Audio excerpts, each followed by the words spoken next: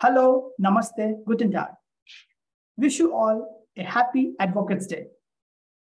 Advocates' Day is observed in India on December 3rd to mark the birth of Bharat Ratna Dr. Rajendra Prasad, the first president of India and a very eminent lawyer himself.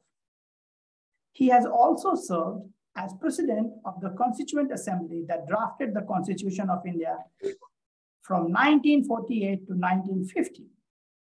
I, 𝐀𝐝𝐯𝐚 Sagar, founder of Friends of Indian Diaspora, extend my heartiest welcome to Mr. Gulshan Dhingra, Mr. Thomas Sasse, Mr. Anshul Gupta, Mr. 𝐀𝐝𝐯𝐚, and co-organizer of today's event, Mr. Richard Mantosh, representative of different associations, and the audience.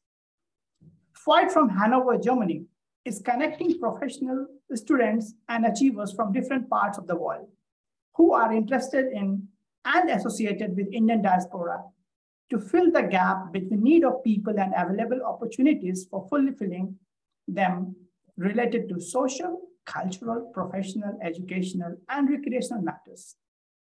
Towards fulfilling this goal, FOID has organized a wide variety of events in 2022, such as Engineers Day, Doctors Day, World Hindi Day, Foundation Day of Indian States, Chess Tournament, and many more. Today's event being another attempt to work toward the goal of FOID. Recording of previous events can be found on the YouTube channel of FOID. So I would like to request you all to subscribe our YouTube channel that helps us to spread the information within the community.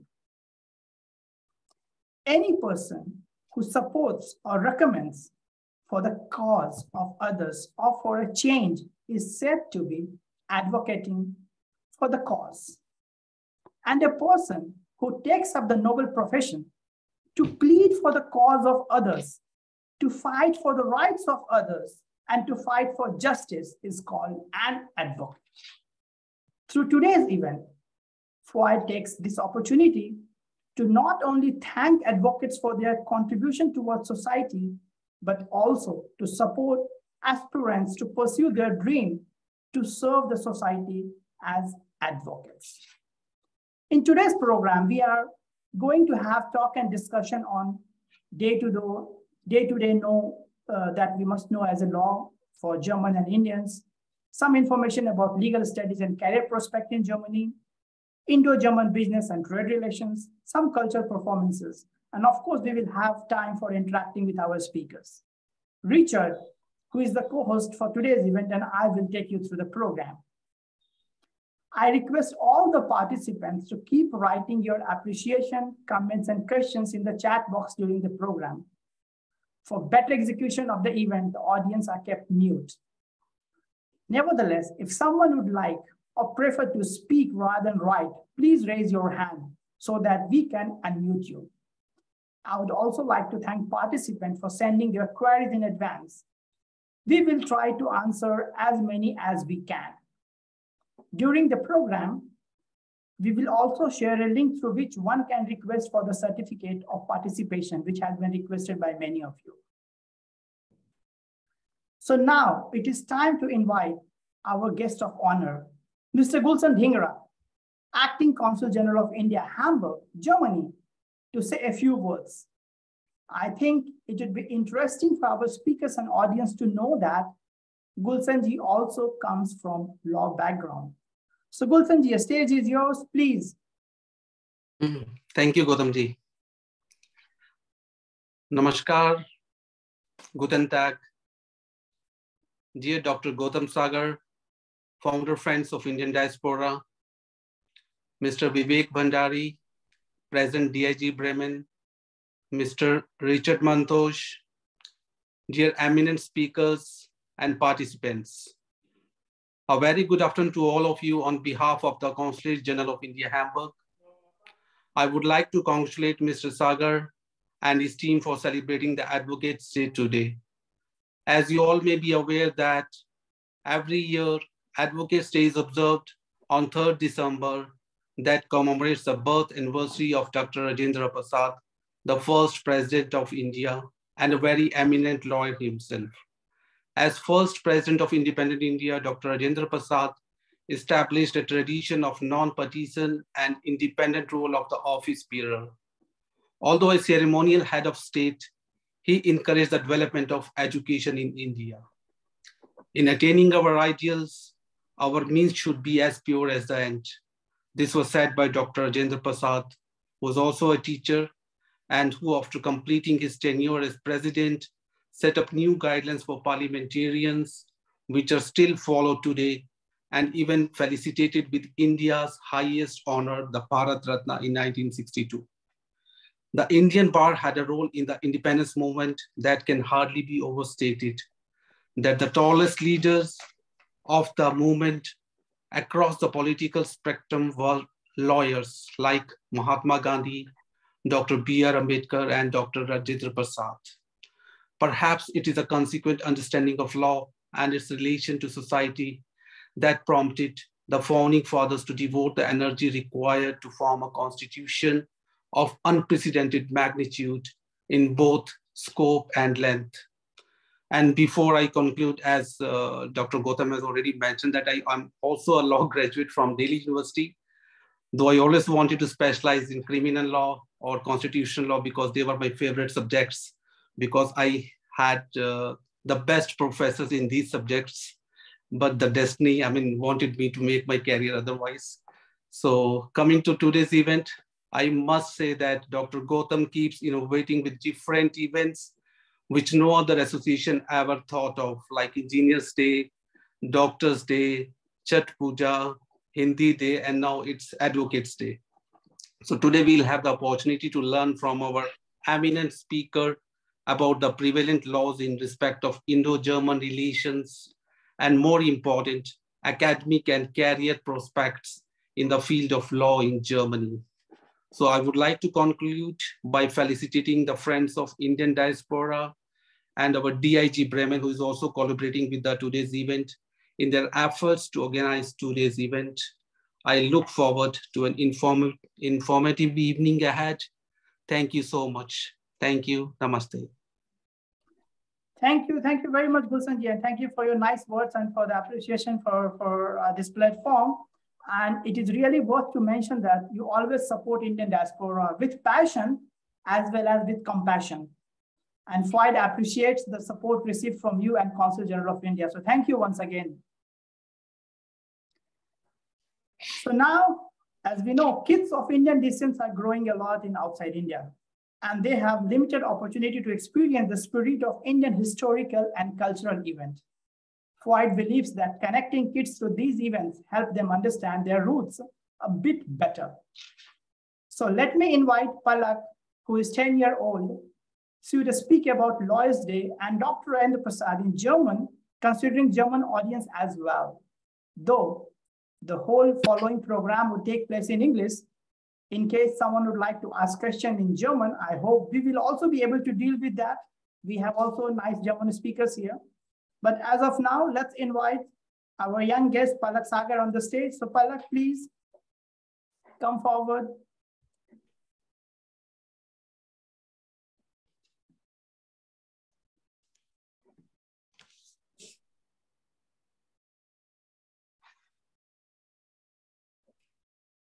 I think Palak has to be kept on mute. One moment.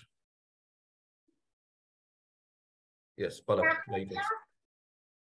Schönen Nachmittag, schönen Abend, guten Tag. Anwaltstag wird in Indien am 3. Dezember zur Kennzeichnung des Jubiläums von Dr. Rajendra Prasad gefeiert. Er wurde in Jiladeh im Bundesland Bihar geboren. Dr. Rajendra Prasad war Lehrer, Anwalt, Freiheitskämpfer und schließlich der erste Präsident der Republik Indien. Er war ein sehr guter Schriftsteller. Als er Student im Residency College in Calcutta war, ein Prüfer, der auf seine Prüfungsblatt guckte, sagte er, der Student ist schlauer als der Prüfer. Später hat Dr. Prasad in der Allahabad-Universität in Jura promoviert. Er war ein Freiheitskämpfer und spielte eine entscheidende Rolle in der indischen Unabhängigkeitsbewegung. Er war Präsident am Consulate Assembly, die das Grundgesetz der Republik Indien entworfen hatte.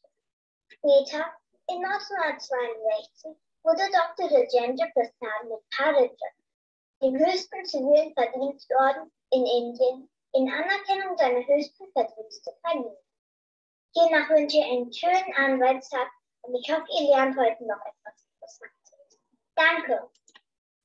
Vielen Dank, Palak. That was really nice. Thank you, Palak, for sharing your thoughts. It gives some quite interesting insights. So might be some German colleague will have also got the chance to know about Dr. Rajendra Prasad, that how skilled he was as a writer. So thank you very much, Palak. So now let me invite our next 12-year-old speaker, Manav, from Bremen, to share his thoughts on what would happen if there would not be any lawyers. So Manav, stage is yours.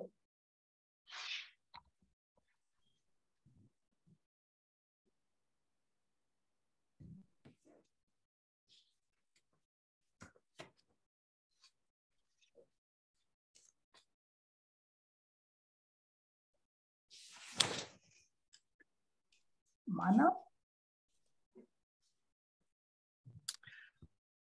I saw him, but he's not. Hello, everyone.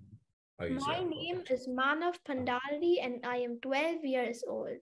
Today, I will talk about the topic, what would happen if there would not be any lawyer? As I thought about it, I came to the conclusion that I must first analyze what the job of a lawyer is and what is the importance of a lawyer in our society. I will be honest, I had to research a little bit and here is what I found. I will try to summarize in my own words.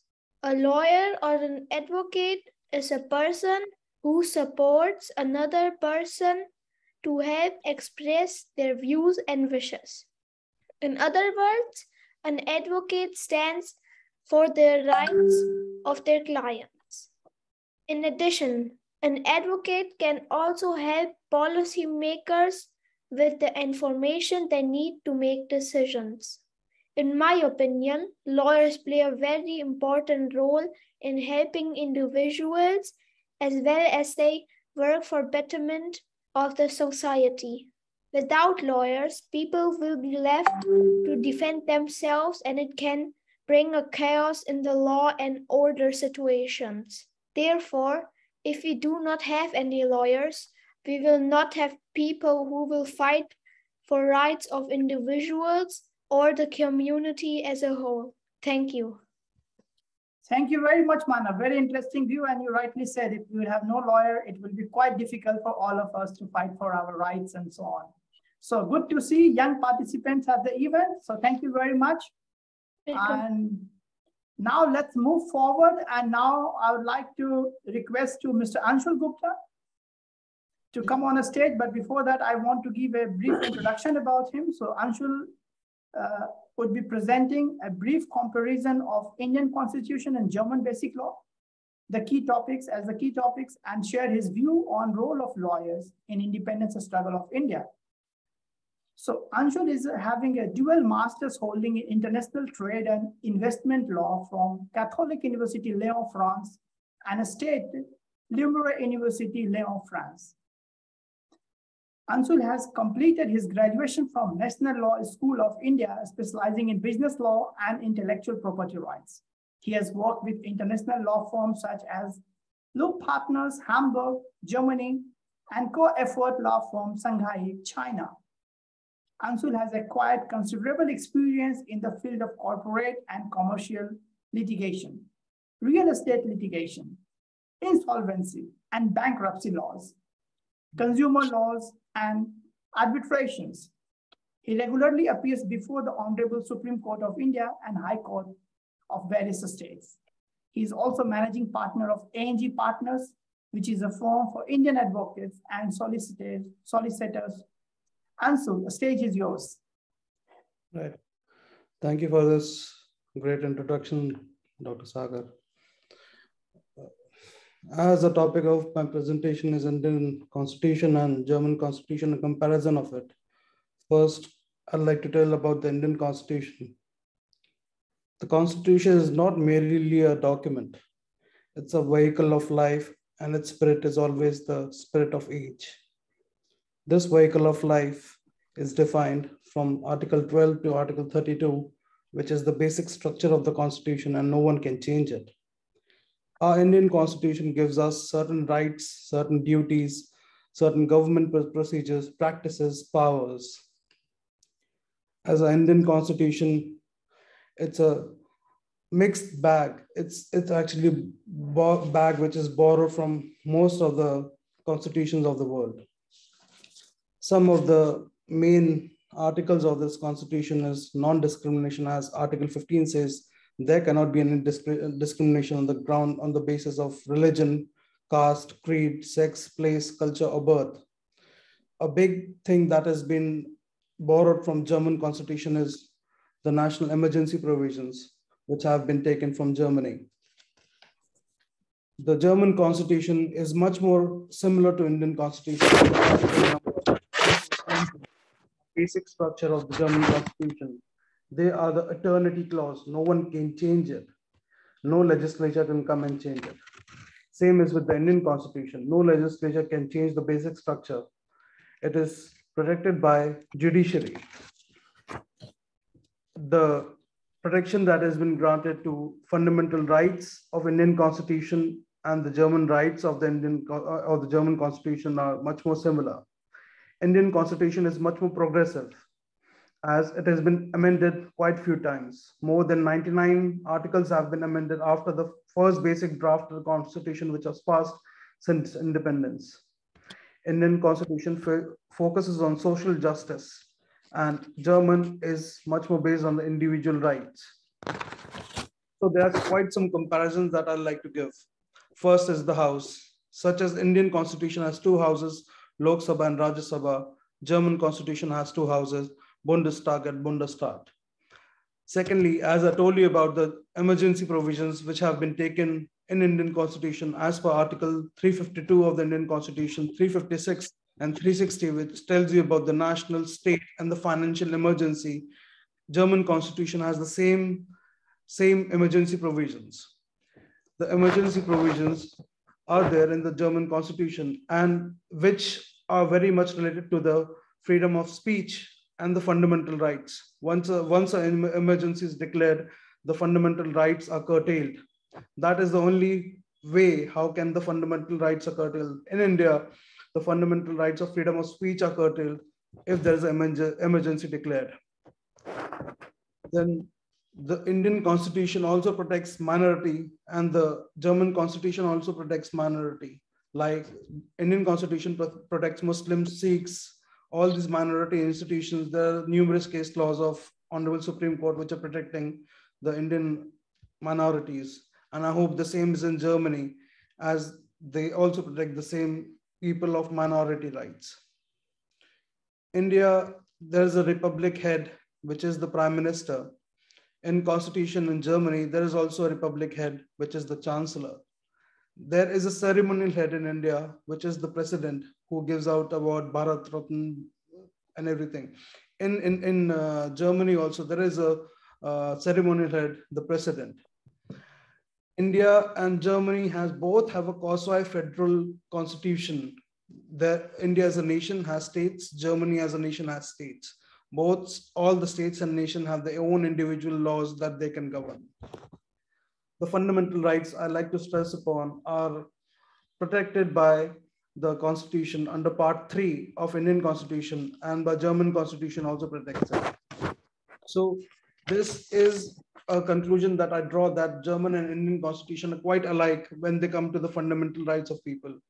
They are the basic human rights which have to be protected by everyone, by every constitution. So that's a very basic comparison between German and Indian laws. Now coming on to my next topic is the eminent lawyers and the roles in the freedom struggle. This was started in the Indian independence started in 1857, where Dadabhai Naoroji, Surendranath Banerjee, and Madan Mohan Malviya, Motilal Nehru, all these were very moderators. And none of them made quite an impact because they were moderators. When the partition of Bengal started in 1905, it promoted, and the promotion of Indian goods was there. It led to a rising of extremists, Lal Bal Pal, Lal Bal Gangadhar Tilak and Bipin Chandra Pal, Lala Lajpat Rai. Bal Gangadhar Tilak was one of the eminent lawyers of India, and he opposed the imperial rule. He boycotted the foreign goods, and he said, the Swaraj is my birthright and I can have it. C. Rajgopalachari was a very eminent and extremist lawyer. He was known as the Punjab Kesari and started the Punjab Kesari, and very less known fact, he was the founder of Punjab National Bank of India. Mr. C.R. Das, as everyone knows, he was one of the most eminent lawyers of India who supported in the Alipur bomb blast case and got Mr. Aurobindo Ghosh and other 37 accused released by his eminent and skillful lawyering and advocacy. Mr. Saifuddin Kichlu, who is the founder of Jamia Millia Islamia, he was one of the best lawyers who was supported by thousands of students and a mass following of students and led to the Indian freedom. Mahatma Gandhi has said, and is a very well-known lawyer, he came to India after South Africa, and he defended civil liberties, and basically he also started the Quit India movement as well as Swaraj. Dr. Sardar Patel, as we knew, who unified India. When the India was independent, it had more than 471 states. He was the one who went to every state and unified India. Dr. Rajendra Prasad, on whose name this day is based, can't even say how eminent and how skillful he was as a lawyer and how brilliant he was. He was the head of the drafting committee of the Indian Constitution. Thereafter, Jawaharlal Nehru, and another eminent lawyer, was one of the best lawyers of that time who drive this Indian freedom struggle. Dr. Tej Bahadur Sapru, Dr. Kaju, all these were very eminent lawyers. As I want to say that most of the laws are being governed and are being drafted by lawyers. We can see from the date of independence till date, all people who are very important in this world or in this arena are lawyers.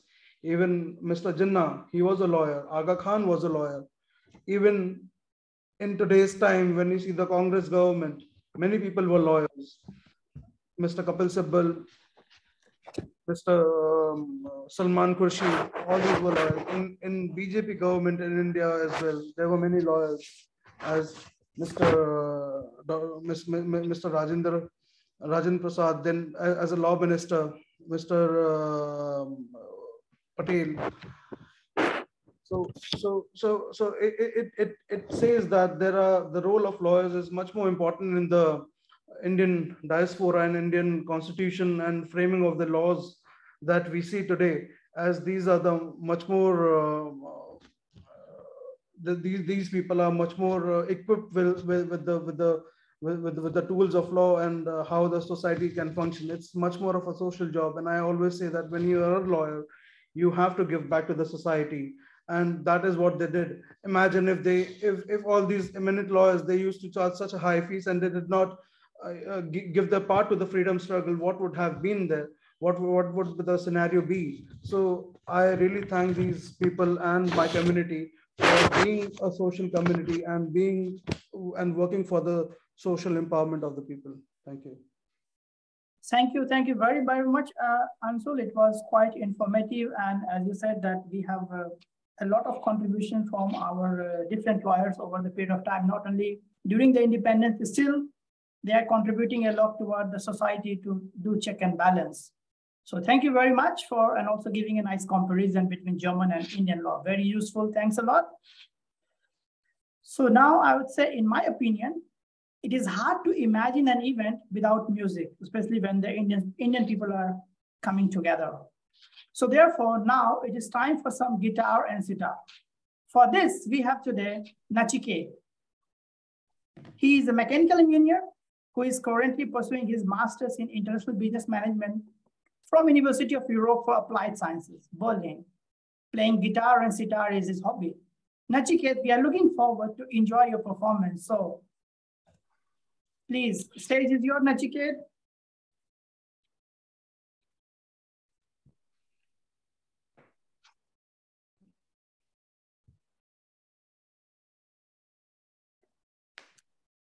Hello. Hello. Yeah. So a very namaste and a hearty good afternoon to and good evening if anyone is from India attending. So first of all, a very happy Advocates Day to all the dignitaries and all the attendees. And I would also like to express my gratitude and gratefulness for Dr. Gautam Sagar for arranging this and giving me the opportunity to showcase the talent. So yeah, so I'm a student. I'm doing my master's in international business management. Currently, I'm in Berlin, and as he rightly mentioned, music is one of my hobbies and passions. So I would like to showcase some of my art.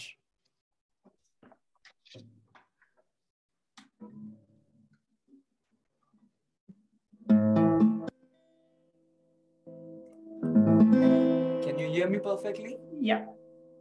Okay. This is a very evergreen song from a movie called Kanyadan, sung by Mohammad Rafi.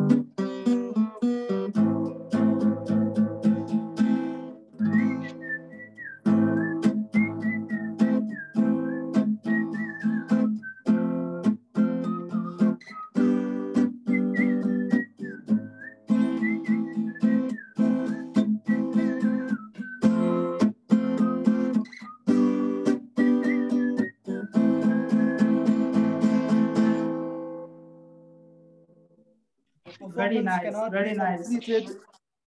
A performance cannot be completed without some Indian instrument. So sitar is very popular and very beautiful Indian instrument. So I would like to show some Indian music in some Indian instrument.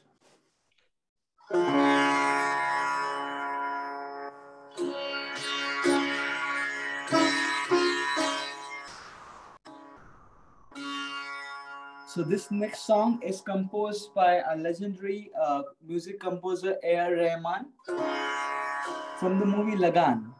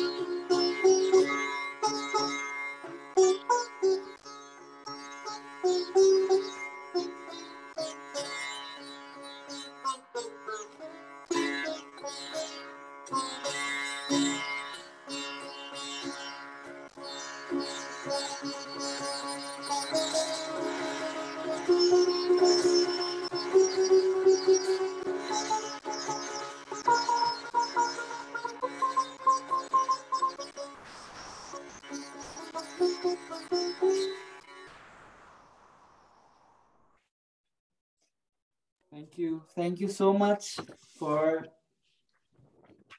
patiently listening. Thank you. Thank you very much, Nachiket. It was really awesome. And I hope that all of you enjoyed in spite of being on a virtual platform. At least I'm finding some difficulty with the network. I hope it is fine for all of you guys. But nevertheless, it was an awesome performance. And of course, would have been great if you would have chance to listen you live in present. So thank you very much, Nachiket. So now moving forward, let me invite Mr. Thomas Sasse to talk about some basic laws that everyone who is living in Germany should know, and Indo-German business and trade relations related to legal developments.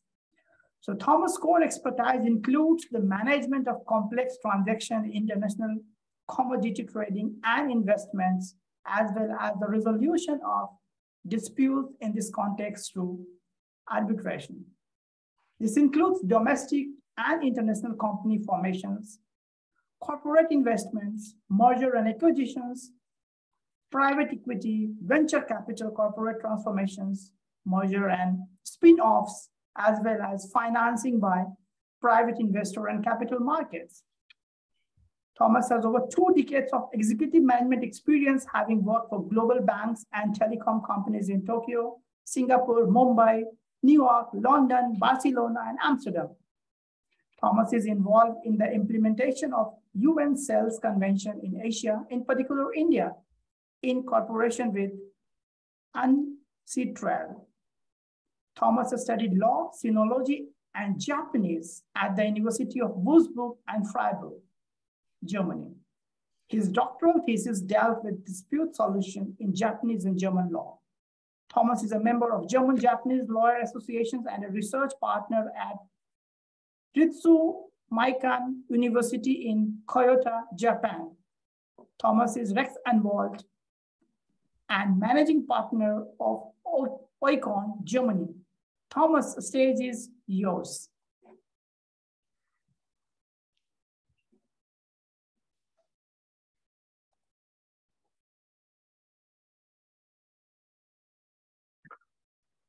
Thank you. Can you hear me okay? Yes. Okay, good. Thank you very much for the nice introduction. And I'm glad to be here with a lot of interested parties from all over the world. So I'm speaking today from Delhi. Normally I'm based in Munich, but our Indo-German business brings me back and forth. So I'm glad to join you today. Today I will be talking not only about paragraphs, obviously, because that would be boring for everyone, but this is about highlighting a few things that we found interesting for our clients and our experience in the past years of interacting between Germany and India. I personally have started my Indian activities in '93 when I was based here, and later on, and I was going back and forth, and we help German clients to do business in India and the other way around. So obviously we don't do that alone. We do that in partnerships with a lot of friends and corporate lawyers and M&A lawyers in India as well. So the difference between German and Indian law is not the topic. The topic is what is an Indian, what do Indian people have to pay attention to in Germany, and the other way around, and what are the major differences. And this is not the language, because we all speak English. This is to do with culture as well, and not only the written law, right? And I will highlight a few points, and I will tell you what I will highlight on. First of all, trading. So there's a lot of international trading between India and Germany. And we foresee a lot more trading to come, and I tell you why in a bit. Invest follows trading. So when there are two parties between India and Germany trading, then one or the other country's client or customer based in India or based in Germany request you to actually establish an entity, a legal entity in that country. For example, if an Indian exporter exports goods into Germany, or the other way around, Germany exports into India, the custom and the business is growing nicely. Obviously, there's a request for better client services and being closer to the client, and also a commitment to that country. So there's a request to actually settle down and create an entity in that country. Then I will talk about how do I set up the company in Germany, for example. Send people over, employ people, etc. And there will be a question of immigration. And then, of course, business is going nicely most of the time, but business is done between people, and people have misunderstandings, and therefore there will be conflict. And the question is how to resolve conflicts. And first of all, not only how to resolve conflicts, but to actually avoid them. And that brings me back to number one, trading. You can avoid conflicts right in the first contract, where you have the avoidance of conflict, making a clear contract. And of course, if you have a conflict, provide for resolution right in the contract, provide resolution either with a court help, or without the help of a court. But talking about the contract, number one, trading contract, and I mentioned there's a difference in cultures between India and Germany. The difference is actually, in my view, not that big. The cultural difference of German lawyers or German law and Indian law is not that big because both value long-term relationships, value family values, etc., which basically is not a litigious behavior, but quite a behavior of mediation rather than litigation, right? And however, of course, when it comes to simple things like you meet, you make an appointment, and I've seen that there's representation from Hamburg, very competent representation from Hamburg, Bremen, and northern Germany. You have the habit of being punctual, very punctual, and you make an appointment in Hamburg, let's say on the 15th of January 2023, 4 a.m. at the Atlantic Hotel. Sorry, 4 p.m. Of course, I'm in India, so it's 4 p.m. As an example. The Hamburg person will not remind you of being there punctually at 4 p.m. at the Atlantic Hotel on the 15th of January.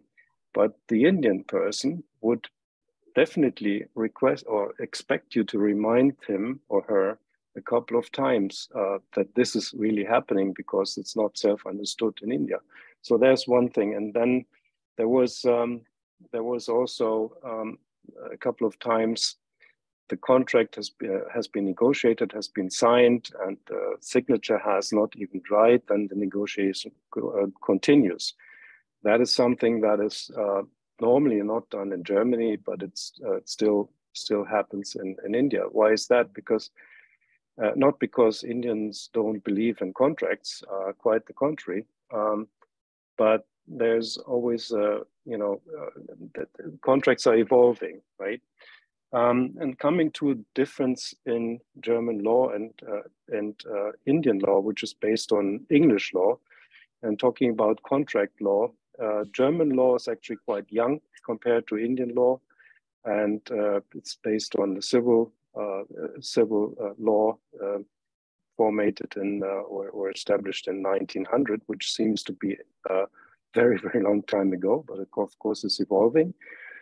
But the Indian Sales Act is based on English law, and it's older than that. And of course, there's also involvement, right?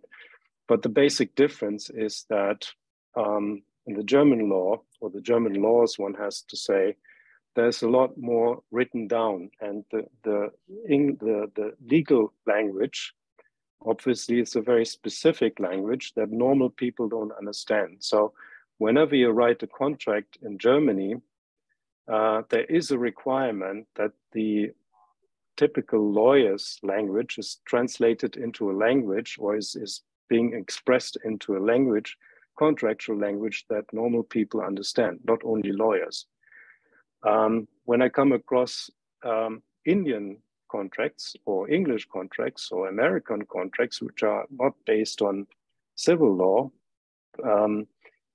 that means not every law, not every clause is written down somewhere in any law.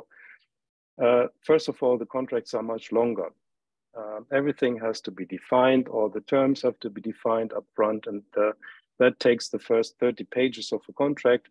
And then you come to the clauses itself, etc. And very often it's the case, even for me, that it's not easy to understand. So for the normal person to understand an written English law contract is very difficult in my view.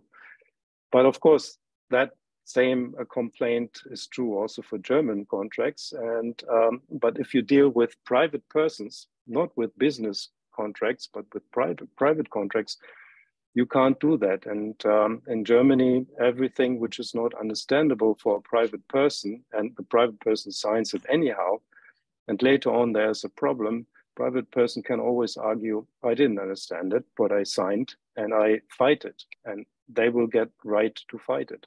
So there's a sort of a difference, which I think is also evolving and recognized in India. The protection of consumers, that's a global thing that is happening everywhere, and the protection of consumers is written in big letters also in India. So as I said, there's no big differences, but the legal systems, of course, are different. In international business, it's important that one translate that legal difference and makes it go away, so to speak, by applying commonalities. And when it comes to trading, India has, or the Indian government has recently announced that they readdress the EU treaty or trade agreement between EU and India, which is good news. And there's also common laws for business contracts for trading sales and trade of goods, which is applied everywhere but in India. And that's something that you mentioned, Dr. Sagar. I'm also working on with 𝐀𝐝𝐯𝐻, the UN division of law, to create common laws in international trade agreements. So when it comes to invest, and I had seen the question, when it comes to invest, either way, of course, in India, there are Indian investment regulations, FDI is one, the RBI rules, etc. In Germany, investment is more or less free, unless, of course, it comes to things like technology transfers, military stuff, etc., which is obviously not free, and certain certifications which are important with relation to trading of products and commodities from India into Germany, for example, when it comes to the supply chain regulations, to make sure that there's no exploitation of people, no child labor, nothing like that, which is applicable in the EU, all over the EU. And of course, also Indian exporters have to comply with that. When a company or a startup wants to invest, and for example, an Indian person wants to create a startup in Germany, that person needs a visa, employment visa, as they say. and they need to show either that they are that they're employed with a company, and that and the employment lawyer would check your education level, the graduation. Germany is inviting graduates, qualified graduates, and there are a lot of them around here at the table at the webinar who have gone through this experience, and Germany needs more qualified labor for German companies, but also, of course, also for subsidiaries of Indian companies and other countries. So the market is much bigger. The employment market is much bigger than just Germany. We are looking abroad, and the competition for good qualified people is global. That's something that also finally German employers have recognized, and they're looking to India also to employ people from India. And you know, if your university degree is comparable, then you have no problem to actually get a visa. If you're setting up a startup, you have to show with a business case that you can actually make money with that startup, etc. That goes a different way, but that's also a possibility. I'm coming to an end. I have spoken about trading. You know, what is happening on contracting, what are the main differences, what to look out for, investments. I cannot go through all the details now in the short time frame. Happy to respond to questions later on. Employment, education, immigration, conflict resolution. These are the topics that I mentioned. Conflict resolution finally is very important, especially when it comes to international contracts, because some of the, you know, there's at least from a German perspective, not a great expectation that Indian courts are ruling very quickly. So there's a benefit of arbitration from a German perspective, but of course, if you, and there was very, very imminent Supreme Court rulings recently to also allow arbitration courts outside of India, which can be enforced, and the judgments can be enforced in India, which is highly recognized and applauded by German traders or other traders, for that matter. And therefore, a lot of things happening. I expect with a new move of the Modi government, also more to happen into the direction of firing up more trade and facilitating more trade and invest between the two countries. Thank you very much. Thank you very, very much, Thomas. It was really full of information, very useful, very practical. And I know that the time has its own limitations, so we cannot talk everything here. But you gave a very, very nice overview on several topics. So if you allow me, Thomas, may I take some opportunity to just introduce some of the very interesting law that we have in Germany. And maybe you can correct me if I'm saying something wrong, because you are the expert here, but I want to bring some light moment also. So what we see is that in Germany, we have especially called the Ruhezeit. This is very an interesting topic, that we have only certain time that we are allowed to make some drills, some holes, or some, let's say, some kind of a noise during your hobby task and so on. There's a particular time, so in weekend we are not allowed. So just keep in mind those things. And interesting thing is that, like, if you move your residence from place A to place B, we must have to register within 14 days. Otherwise, you may end up paying thousands of euro fine. So Thomas, you can correct me. I'm just telling you from my experiences and that I learned left and right. And that might be interesting for people.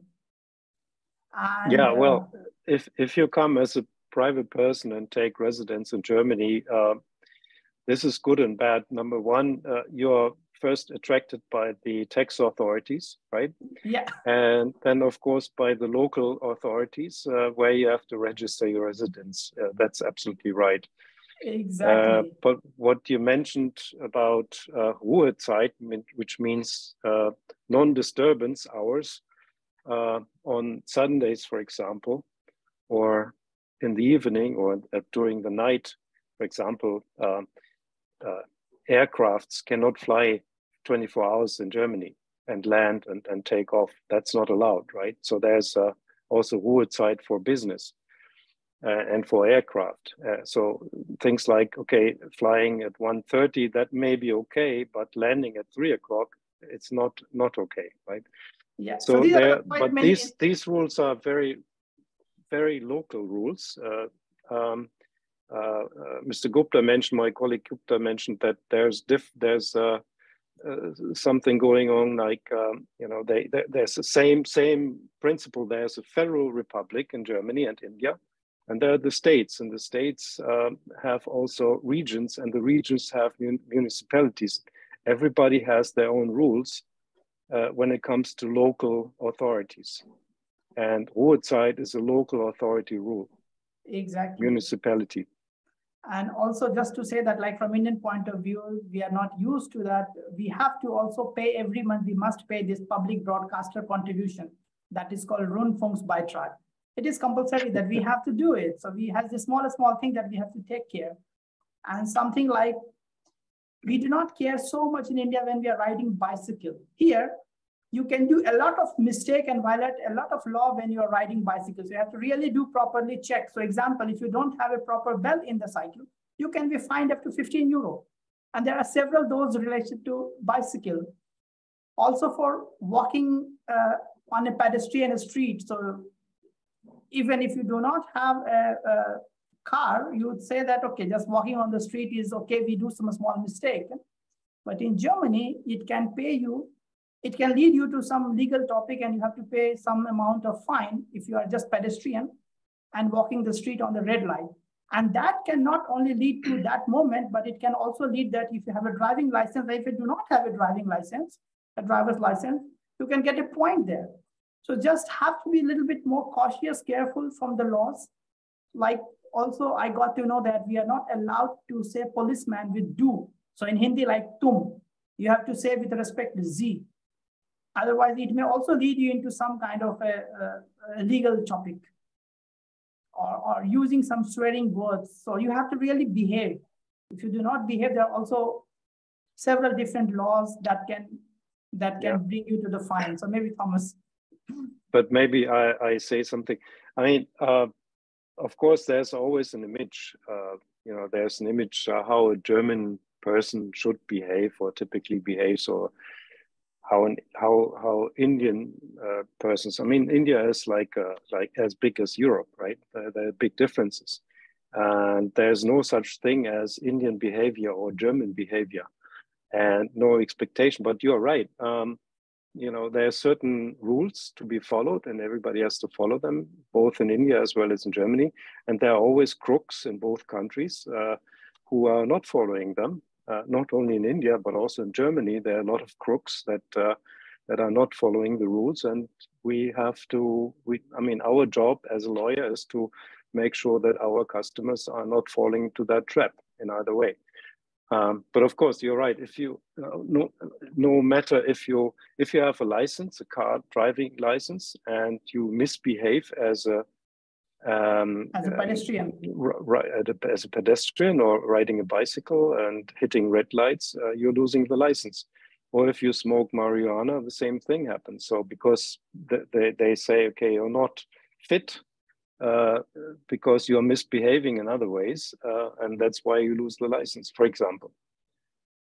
Thank you very much, Thomas. I do not want to go further in detail, but this was the right point that Thomas said, that is also we have to behave in a certain way. And for all the foreigners, we request to try to respect as much we can, and we must.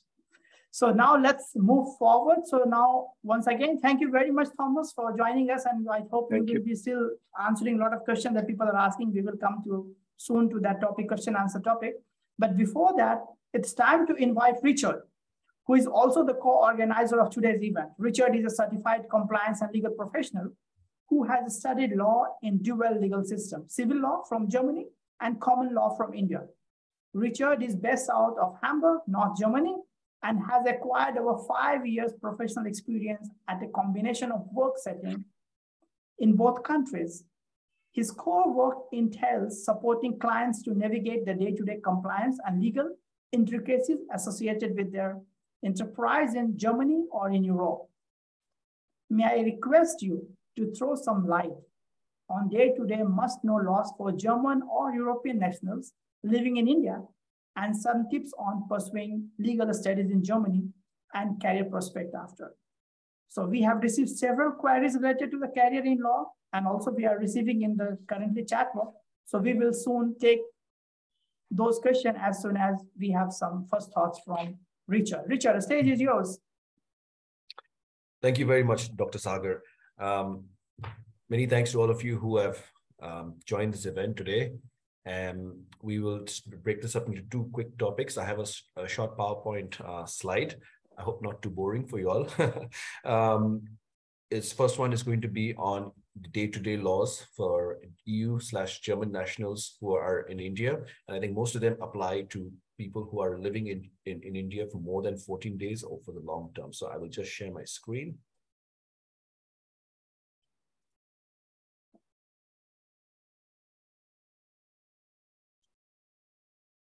Just one moment.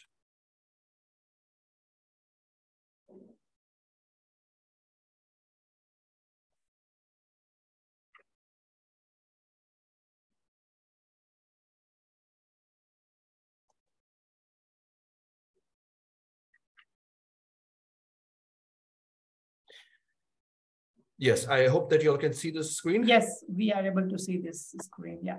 Great. So these are these don't entail all the absolute laws, and this certainly does not represent legal advice. So just as a quick disclaimer before I start this presentation. So these are just very core laws that people should know.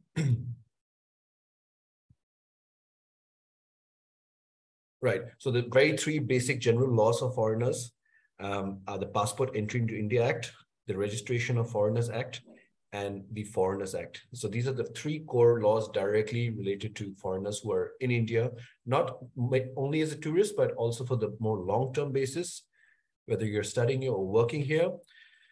So here we have the Foreign Registration Office, the FRO, and every region has its own FRO. We have one, for example, in Kolkata as well. So if a foreigner is visiting in India for more than 14 days, he has to register himself firstly within those 14 days at an FRO. And this can be also done at the airport itself to reduce the bureaucracy that occurs if we were to visit an office, so it's much easier that can be done in the airport. So it was good to ask people in the airport that if you want to register yourself. And as you can see that foreigners visiting India need not register themselves if they're for a period of 180 days or less. So that basically means that if you're a short-term tourist coming to India, that's absolutely not a requirement, but only if it's more than 6 months or 180 days. Section 14 of the Foreigners Registration Act simply states that the foreign national has to provide their basic document, I would say just as the passport, to disclose their name and their basic details to the hotel. I think this is this need not be said, but this is very common in most major hotels. They ask for some form of identification. For us Indians, it's the Aadhaar card normally, but for foreigners, it's usually a passport or failing which a driving license. It's important to know in the second paragraph that foreign nationals also need to have copies of the Form C and Form F of the Foreigners Registration Act to stay in a hotel. Again, this is applicable only for people who are in the country for more than 6 months and does not apply to general tourists. Foreign nationals are not permitted to visit places such as areas that are marked under protected areas or restricted areas. So it is possible to visit, but one needs to get a registration or a permission such to be applied for 8 weeks before. And every place that one goes to that is protected, I believe most of the things in India, I was surprised because I'm visiting Kolkata after 3 years, and I'm surprised to see so many things have gone digitalized and online. So I believe one does not need to visit that office in person, but one can simply apply for it even when they're in Germany before they come to India in advance. This is an important aspect that we have any cash, banknotes, or traveler's checks. in excess of $1,000 or equivalent has to be declared in its currency declaration form. So usually people are carrying, this does not apply to say, to Forex currency cards, foreign exchange currency cards, but any cash or anything beyond $1,000 usually needs to be declared. I think at the airport itself, there's a currency declaration form that one needs to use. And I think people are carrying less cash anyway these days in India, because again, everything is going digitalized, from street vendors to people selling chai on the street. I was really impressed by the level of digitalization that is currently taking place in India right now. This is an important thing to know, that no five-star hotel can prohibit people from drinking outside bottled water. That means before, there used to be that you cannot carry your bottled water from outside. You had to buy the bottled water inside the hotel. But now, if you want to avoid paying that huge amount of money in the hotel and you want to buy a bottle of water from outside, there is no restriction anymore. So I think people should not be fall into the trap where you have to, the tourist trap where you have to pay money to the hotel to drink their water there. It can be bought from outside the bottled water, but this is just strictly limited to bottled water. The Motor Vehicle Act, it states that if you have more than 30 milligrams of alcohol and 100 ml blood, then the police can arrest without a warrant. So it's the laws in India today. I believe the fines have gone up a lot, and the laws are very strictly enforced when it comes to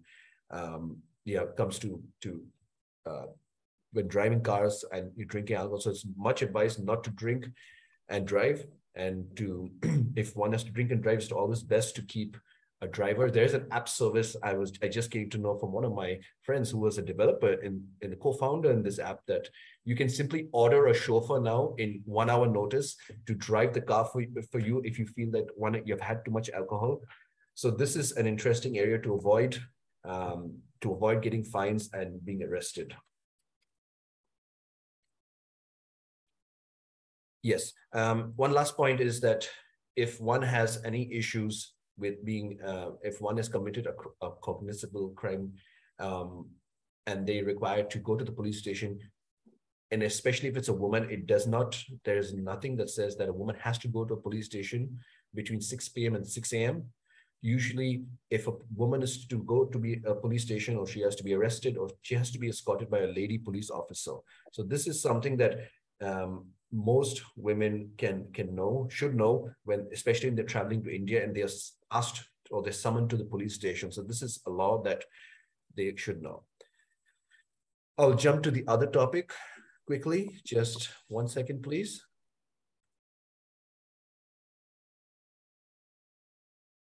Thanks, Richard. So it was quite a good summary. So I think now we will have the next part about the... Yes, I'll just share the screen. For the career prospects. Paths. Yes. And then we will have to cover all those several questions that we have received so far. Right. So I think this is just a very, very basic aspect on what people can do after an Indian law LLB or law degree. I'm a prime example of that. I actually always say that I ended up in Germany by accident. I was going to the UK for my studies, and I decided to come to a country where I wanted a completely different environment. And it's a decision that I believe that if I could turn back time, I would do the same thing again. I would come to Germany. Such was my very positive experience about the country. So the career paths that one can take is either an LLM, that is a Master of Laws, or an MBL, Master of Business Law, or an MBA. And it's very common in Germany to have subjects of economics there, because economics is providing a very solid understanding of business law topics. In fact, I wish that I had studied more economics during college time, so that I could understand business decisions much better. So you find economics as one of the key subjects also there. At least for 3 or 4 months you study economics, and some people get very scared because it involves a lot of mathematics or numbers. But I think if you understand the basics of economics, I think you can make very good decisions in day-to-day life. So these are three essential areas: MBA, MBL, and LLM. And it's very common for lawyers also to do an MBL or an MBA, not always an LLM. So I'll just go to the next slide. So what are the career paths after you complete your LLM in Germany? If you want to return to India to work in an international company or a domestic law firm with the Germany/EU desk, that would be one option. Working in arbitration, particularly in Mumbai, it's the Mumbai Court of International Arbitration. MCIA has been very, very quick to sort of develop this aspect. And as my colleague Thomas Sasse had mentioned, that there was a recent Supreme Court judgment where the courts outside India or the tribunals or the centers outside India were passing orders which could be enforced in India. So this is another aspect to work in arbitration. Is very, very hot. To work in national tribunals, I believe high courts are a place that a lot of people want to work in, but it's also a place where there's a lot of competitions. And tribunals are great places.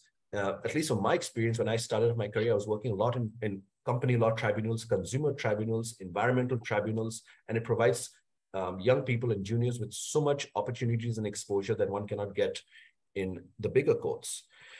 Working at a trade chamber in India with a focus on Germany or EU trade corridor. If one has studied there, the LLM, if you want to study an LLM in, say, Germany or France, you can work with the Indo-French chamber, you can work with the Indo-German chamber. So there are various chambers that one can work in and provide their experience and expertise in. If one wants to work in Germany, the aspect of working in a German law firm with a strong India/South Asia desk, one can work in that aspect. Alternatively, if you are a specialist in a subject such as, say, competition law or in international arbitration, you can work in that very subject matter expertise in a law firm. Working in an international arbitration or M&A boutique firm, they're very strong. You don't always find generalists, you find very strong specialist firms in Germany, which I believe is also now picking up in India, such as M&A, intellectual property, arbitration. So these are very strong boutique firms. Working in a trade chamber is also possible. And it would also focus on a lot of inbound and outbound, both sides business. So working in the India-Germany corridor would be an option. So why Germany? Just as I mentioned, that it has a very diverse LLM program. Its LLM costs, the cost of an LLM is probably the cheapest in the European region and probably in the developed part of the world. I don't think any country in the world offers you an LLM and not compromising on the cost at the same time. It's a great advantage. There are a lot of scholarships that are available for people to take up. So with minimum cost, with maximum exposure, it provides you the best cost benefit that you can possibly get with an LLM. Most of the programs are in English, especially the ones with an LLM with an international element in it. And we have classmates from all over the world. In my program, we had classmates, I believe, from almost 8 to 9 countries. I mean, all over the world, from South America, from North America, from Africa, from Asia. And the last thing is the opportunity to learn a new language and understand a new culture. As Thomas Sasse mentioned, that it's a completely new culture, especially when the question of being punctual is there. We Indians like to stretch, which is called IST, which is usually Indian Standard Time, but I like to see a little bit of Indian stretchable time. We always 5 minutes or 10 minutes, a little bit wiggle room is there to understand, to get there at our destination. So a new language, a new culture, I believe it has a lot to offer.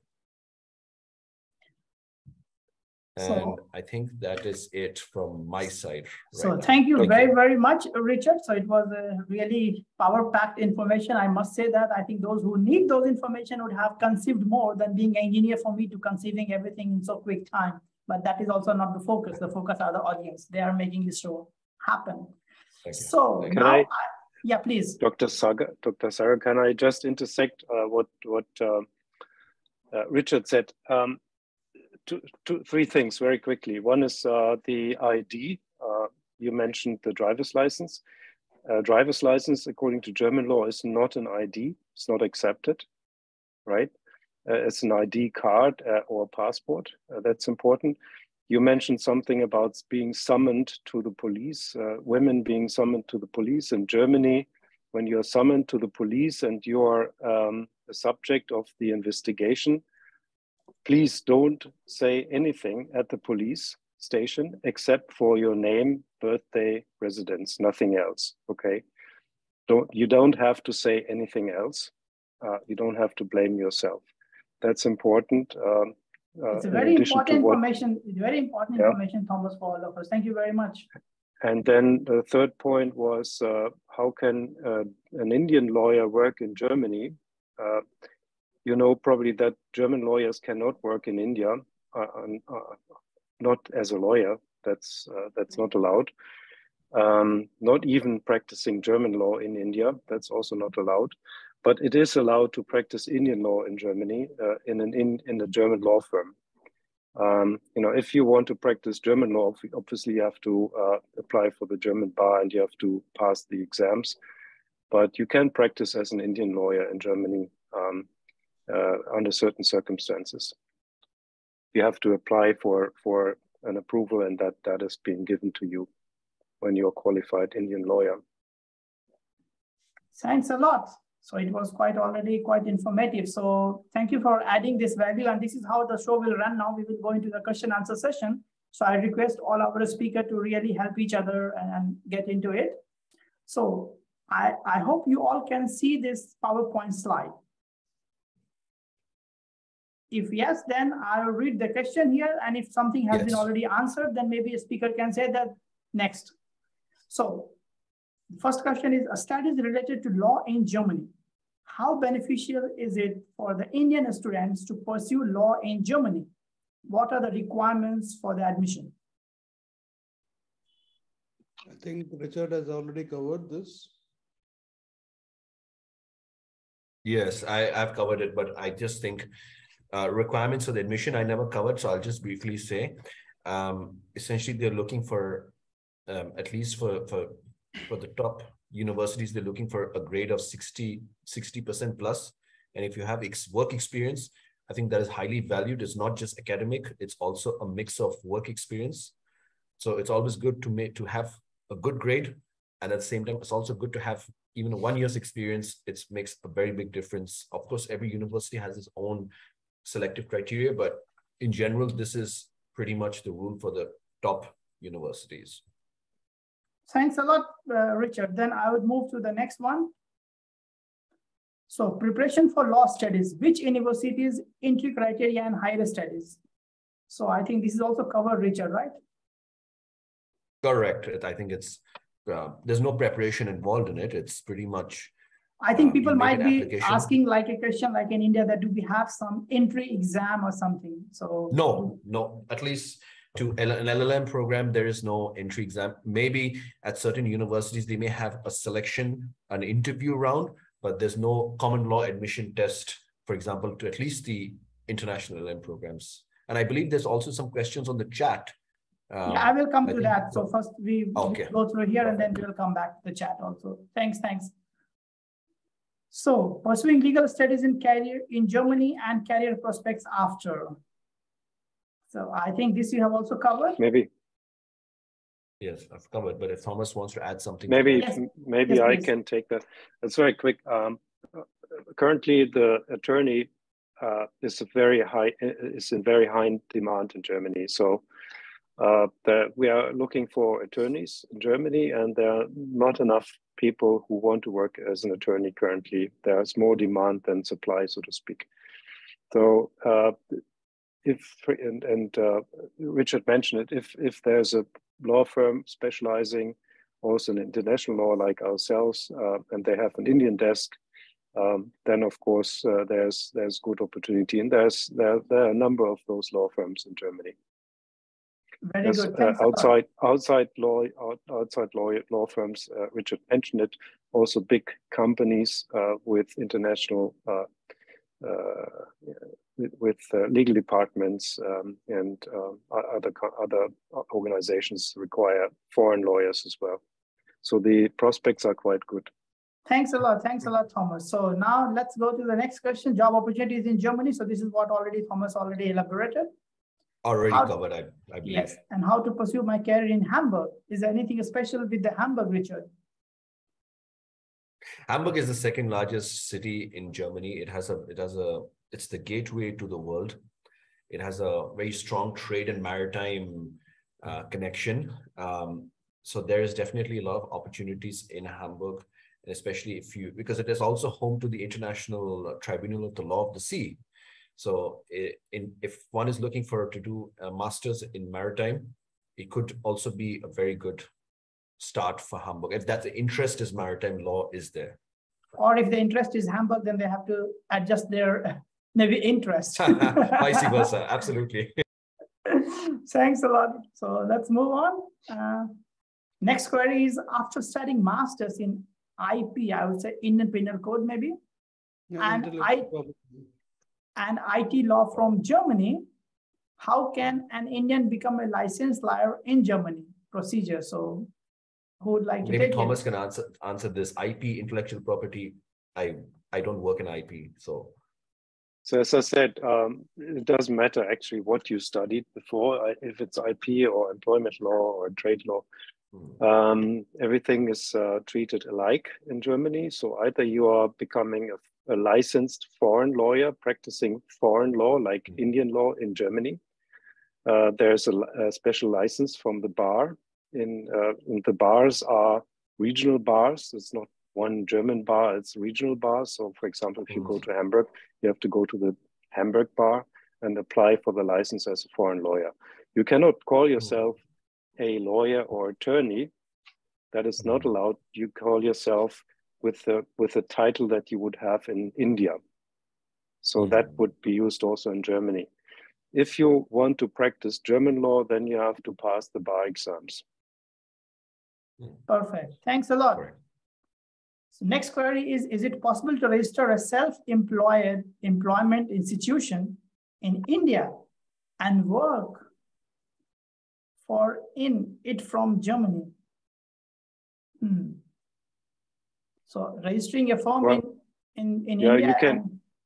You can work from Germany for an Indian company. However, don't know what the circumstances are which makes that feasible. Probably private reasons, but theoretically, that theoretically is possible. Yeah. Thanks. Career prospects for company secretaries, legal managers in Germany. Any one of you can take this question? It sounds a little bit diagonal from my point of view. They are at high demand as well, like lawyers itself, maybe more demand for legal secretaries, legal managers in Germany than for attorneys. So they're all welcome, like legal firm managers, for example. But I would say career prospects are great. If you speak German, that is probably a requirement. Not for all cases. English is much more important than German. But if you're a highly qualified person, then you're welcome. Thanks a lot. Moving on, so career prospect for an Indian trademark lawyer in Germany. I think we have discussed a lot. Maybe if you want to still add something, any one of you. Same applies as I said before. Yeah, thanks, Thomas. I think you already gave a lot of details on it. So queries on would like to know business law and regulations. So it is a quite open-ended question, I would say. So very general question. I mean, regulations relating to what? Business law relating to what? So probably this would not fit to this timing. But maybe I think that first of all you need to know what it takes to start up a company, and I don't want to tell you everything about that, but basically there are certain capital requirements and there are certain procedures, notary contracts, etc., and to pay the capital. But the most important thing is to open a bank account, and that is currently a major hurdle. Once you have registered the company, then you have to. There's a transparency law, EU law, and is also a worldwide law to actually display in the transparency register who's owning the company, who is the ultimate beneficial owner, then tax registration, etc. I think that's more or less the same as in India. Follow the similar rules, and it's quite straightforward. There's no restrictions to invest in Germany. So just look for a right lawyer and then things are readily done. So next query is, what are the steps to become a lawyer in Germany for a person who has studied master in laws from Germany? So this is I think we've covered this already.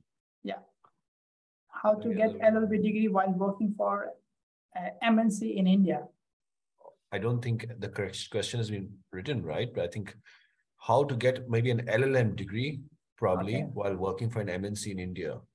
Maybe no. I think if it's a German MNC, there's a so-called dual education where you can go to university as well as work, and I think more and more companies are offering that.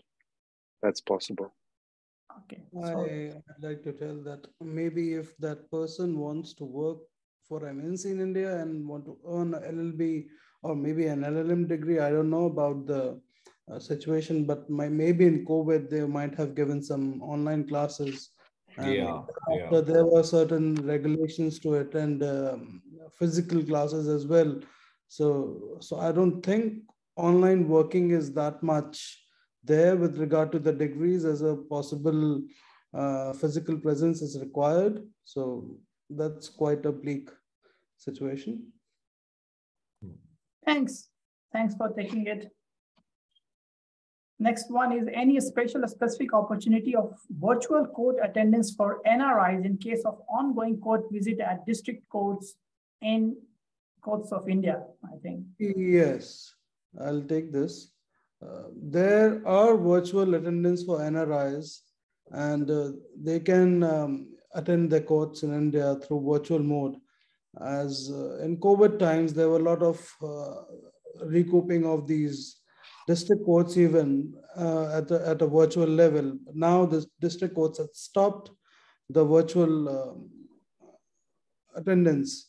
Only the district courts and the Supreme Courts are allowing it. And with regard to that, a prior intimation has to be sent to the court for such purposes. And if an evidence has to be given in a district court, you have to be present physically, and there's no avoiding of the fact that if you're living outside India, you have to be here physically for giving evidence. So. Thanks, Anshul. Thanks a lot. Very valuable feedback and remark, I would say, to the point. So queries on, I want to register a holding company in Germany. I run a small startup currently. What's the procedure for this? I think Thomas can give some input on this one, especially. Sorry, holding company in Germany, run a small startup. Where's the startup? That's a question, right? It depends. You can, first of all, for tax reasons, I would not recommend a holding company in Germany, but it depends on the case, on the individual case. Very hard to say. Yes, of course, it's possible, but one has to understand the structure. Okay, so it seems this will not suit to this kind of a time frame. You need a much larger time frame to answer this question. So I'll go to next query, advocates' contribution to sustainable growth of a country. I think, yeah. Most of, if I would take this, I'd like to point out that most of the finance ministers of India were lawyers, P. Chidambaram, Mr. Arun Jaitley, everyone, Mr. Nehru. So everyone was a lawyer. So they had a very sustainable and a very good contribution to the sustainable growth of the country. And there is no even our first president, because of his date of birth, we are organizing this. So Dr. Rajendra Prasad himself is a great example. You can't miss that. So thanks a lot. I think it is a topic in itself that we can discuss for a day. So queries on IPC, this also looks very open to me. So I think we cannot do much on it directly, right? So that's all we had that we received via email, via registration form. So now I will request that we would go directly through the chat box question. Maybe we will be a couple of minutes late, as we always are Indians, to wrap up, but hopefully we can at least satisfy some people better. What are the steps to become a lawyer in Germany of a person who has studied Master of Law in Germany? It is taken. I have a startup registered in Bangalore, India. We have received an angel investment and also running with a few users there. Now I want to start running running it here in Germany and want to register the company here. I live in Bochum, Germany currently, and I have been living here for 3 years now. What the procedure to register my company? Is there any network or company that can help me?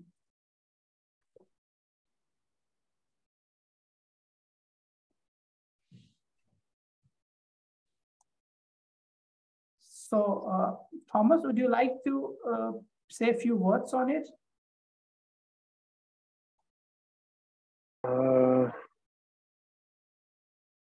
So sorry, I didn't get that question exactly, because can you repeat very quickly?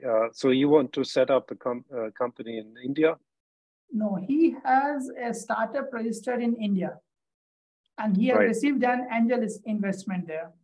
Now the question is that he lives in Bochum, Germany currently from past 3 years, and he wants to know what are the procedure to register his company maybe in Bochum or in Germany, and asking is there any company that can help? Maybe your company can help, maybe. Yeah, that's what we usually do as a law firm. We help Indian investors. So as I said, either you can set up a subsidiary or you set up a branch office, which we normally don't recommend, but we help in these cases typically. Yeah. Okay. Good. So I would say that you can directly get in touch with the Thomas company. And I will, Thomas, maybe can you write the name of your company in the chat box or the contacts email so that people can get in contact? Yeah, sure. Yeah. So coming back here, how to register for LLM in Germany? Good to know. It is available at low cost. So I think this is also covered. Covered, yes. I studied European and transactional intellectual property and information technology law from Germany. How can I become a registered lawyer in Germany? This was the same question. So, yes, it's the same question. Covered. Very good. I think there's one specific question for Thomas, Gautam, if I may. Yes, please. A question related to conflict of laws for Mr. Thomas. What is the favored choice of law and choice of forum country where the dispute will be decided when entering trade contracts between India and Germany? As across EU, 𝐀𝐝𝐯𝐬𝐚 is applicable, but India being a common law country, how does this reflect in contracts? Yeah, I mean, that's a good question. Very good question indeed. 𝐀𝐝𝐯𝐬𝐚 can still be agreed upon, and we recommend that even though India has not adopted 𝐀𝐝𝐯𝐬𝐚, it can be contractually agreed, and that is my answer to this. What is the court? It depends on the weight of the negotiating parties, right? If the Indian party has a bigger weight, then they would agree on an arbitration court, for example, in Mumbai. If not, then any other arbitration court. Singapore, for example, is typically agreed upon. Dubai cannot be agreed on because cannot be enforced in India, etc. So it depends, right? We recommend 𝐀𝐝𝐯𝐬𝐚 in these cases and arbitration court to be agreed upon either in India, Singapore, Germany, Switzerland. We do not typically recommend England because it's most expensive, but that depends on the case, of course. So thanks a lot, Thomas. So I would say that now we are already shooting up time. So let's, I think we have covered more or less all the queries that we received offline, online. So with this, I would say that we have now reached toward the end of the program, and those who would like to have a certificate for the participation, I have shared the link. Please fill that form because this has been requested. But before we close the session, it is also very important to request all the people, those who are here from the different organizations, and say a few words to us. So first of all, I would like to invite Mr. Ajay Manocha. He is the Vice President of DIG Hamburg, who is one of the partners from today. And it is worth also mentioning that Richard is also a very active member of DIG Hamburg. So Mr. Manocha, please unmute yourself and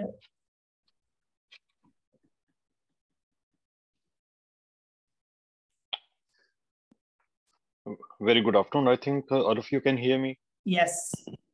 Thank you. So first of all, good afternoon to everyone, to the speakers and to the community. And of course, happy Advocates Day.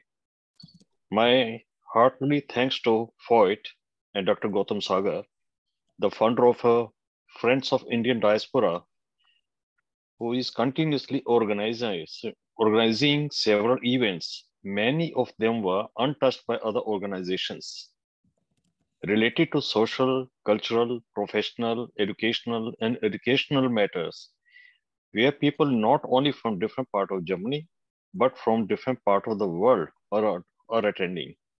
I have been part of previous events as well, which were really good and informative programs, and I, of course, liked it. This is the first time when DIG Hamburg came to support FOID.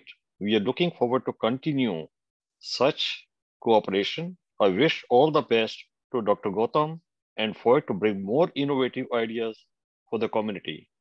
I would like to thank again to all the speakers and wonderful audience for joining the event. Thank you and see you all soon. Happy Advocate Day. Thank you very much, Mr. Manocha, for supporting us. And now I would like to request Mr. Vivek Bhandari. He is from DIG Bremen, so Deutsche Indische Gesellschaft Bremen, and Mr. Manocha is from Deutsche Indische Gesellschaft Hamburg. So I will request Mr. Bhandari, President of DIG Bremen, to say a few words to us. So please unmute yourself. Saga, sorry, I have to leave because somebody is waiting urgently for me. I apologize. Thank you very much. Thank you very much. Thank you very, very much, Mr. Thomas Sasse, for being with us. It was a great pleasure and it was very wonderful. Without your support, it would have been very difficult for us to succeed. Thanks a lot. Thank you. Enjoy your stay in India. Yeah. Bye. Bye. Yeah. Bye-bye. Bye. Am I audible, Gautam? Yes, Vivek. First of all, namaskar, Dr. Gautam Sagar, Honorable Acting Consul General, Mr. Gulshan Dhingra, other eminent speakers and participants. Thank you very much, Gautam, for organizing yet another very interesting session, this time of Advocates Day. On behalf of DIG, Deutsche Indische Gesellschaft Bremen, I would like to thank you for giving us this opportunity to support FOID in this event. I highly appreciate the efforts you put in organizing and celebrating such important days and sharing the information about such relevant topics by bringing the experts from Germany and India together. I completely agree with Ajay-ji, what he said. It increases the awareness among the whole community. The celebrations of such important days like Advocates Day, Engineers Day, Doctors Day are also quite important for our kids who are growing up here, for them to know about our history and contributions from India in these noble professions. Thank you also for involving them in these events.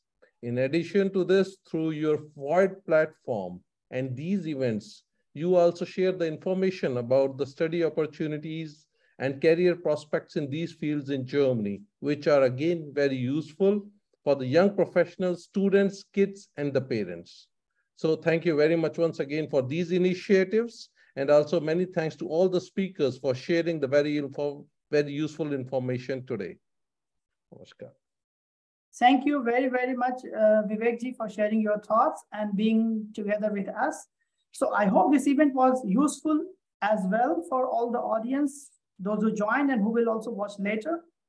I hope that all of you also enjoyed, and thanks once again to the speaker. I would like to now thank Mr. Dhingra, Acting Consul General of India, Hamburg once again, Mr. Stephen Kaps from VHS Nuremberg, who is not able to join today, Mr. Amit Mairal from Marathi Mitra Mandal, Hamburg, Mr. Bhandari from DIG Bremen, Mr. Manocha and Mr. Surya Boss from DIG Hamburg, Mr. Julian from JINSP, and Nikita from Nirmiti Student Association for their support. Once again, thanks to all of you, and a special thanks to all the participants from joining us today. So I would say stay tuned on our social media handle to be updated with upcoming events. You can also participate and contribute to our society by giving your support to FOID. You can connect us through email or social media handle that I have already shared. With this, I would say namaste, choose, bye.